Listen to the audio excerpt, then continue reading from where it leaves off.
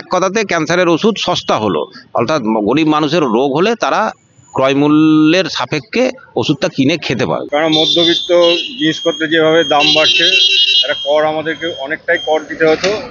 এই কর ছাড় দেওয়ার ফলে মধ্যবিত্ত অনেকটাই বাজারে টাকাটা খরচ করতে পারবে, ফলে মানে বাজারেরও উন্নতি হবে এবং বাজার চাঙ্গা হবে এবং মধ্যবিত্ত অনেকটা স্বস্তি পাবে।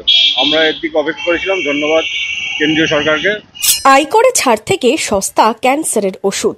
সরকারি স্কুলে মাধ্যমিক পর্যায়ে ইন্টারনেট ব্যবস্থা চালু থেকে আইআইটির সংখ্যা বৃদ্ধি, মেডিকেল কলেজগুলিতে আসন সংখ্যা বৃদ্ধি থেকে প্রবীণ নাগরিকদের সুবিধা। এবছর কেন্দ্রীয় বাজেট নিয়ে কি স্বস্তি ফেরালো? এটা নিয়ে বলতে গেলে সাধারণ মানুষের সুবিধাই হয়েছে, যে ট্যাক্স আমাদের প্রচুর কাটে, তো ট্যাক্সটা যদি মুকুব করা যায় তাহলে আমাদের মতন সাধারণ মানুষের খুব সুবিধাই।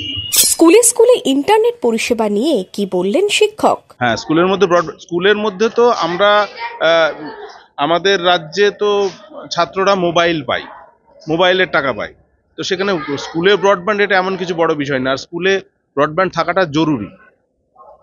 আমাদের নিজেদের পরিষেবা প্লাস ছাত্রদের স্মার্ট ক্লাসরুমের জন্য বিষয়টা ভীষণই জরুরি। সেদিক থেকে ভালোই হয়েছে। জীবনদায়ী ওষুধ, ক্যান্সারের ওষুধের দাম কমা নিয়ে কি বললেন ওষুধ ব্যবসায়ী? দাম বেশ বেশিই ছিল। দুরারোগ্য ওষুধের কিছু কিছু ক্ষেত্রে, ক্যান্সারের ওষুধের ক্ষেত্রে খুব বেশি দাম ছিল। সেগুলো যদি শুল্ক প্রত্যাহার হয় তাহলে পরে সাধারণ মানুষের বাজেটের মধ্যে থাকবে এবং এটা ভালো হবে। যারা মানে দুরারোগ্য ব্যাধিতে ভুগছেন ক্যান্সার সহ, তাদের পক্ষে খুব ভালো এটা। এক নজরে সাধারণ বাজেট 2025। আয়কর লাগবে না 12 লক্ষ টাকা পর্যন্ত আয়। বাজেটে প্রবীণ নাগরিকদের জন্য বড় ঘোষণা। 36টি জীবনদায়ী ওষুধে উঠে গেল শুল্ক। জল জীবন মিশন প্রকল্প 2028 সাল পর্যন্ত বৃদ্ধির ঘোষণা। দেশে নতুন 120টি বিমানবন্দর তৈরির ঘোষণা। শহর পুনর্নির্মাণের জন্য বরাদ্দ 1 লক্ষ কোটি। বাজেটে মেডিকেল কলেজগুলিতে আসন সংখ্যা বৃদ্ধির ঘোষণা। আইআইটির সংখ্যা বৃদ্ধির সিদ্ধান্ত। মহিলা উদ্যোগপতিদের জন্য নতুন ঘোষণা। কিষাণ ক্রেডিট কার্ডে ঋণ নেওয়ার পরিমাণ বৃদ্ধি। একাংশের মত, এই বাজেট মধ্যবিত্তের বাজেট হলেও কেন পেট্রোল ডিজেলের দাম নিয়ে ভাবা হলো না? এইসবগুলো পর্যালোচনা করে মনে হচ্ছে বাজেটটা একটু বিলো পভার্টি লেভেল এবং মিডল ক্লাস লোকের জন্য একটু সুবিধাজনক হলেও হতে পারে। আর এখন তো পৃথকভাবে রেল বাজেট হয়, তাই জন্য রেলের ভাড়াটা নিয়ে কিছু সিদ্ধান্ত হয়নি।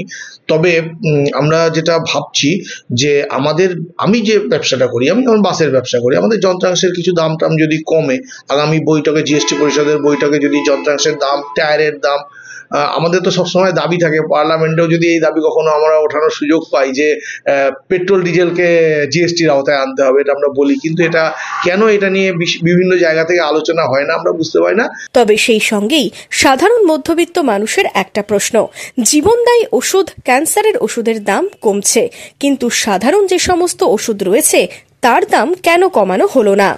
মোটামুটি ধরুন ওষুধ থেকে কর যদি অনেকটাই আরো ছাড় দিত তাহলে মানুষের আরো সুবিধা হতো। তারপর জীবন বীমা বা ইন্স্যুরেন্স থেকে যে কর আদায় করে, জানি না ওই করটা তুলেছি কিনা এবার, যদি তুলে থাকে তাহলে আরো ভালো হয়।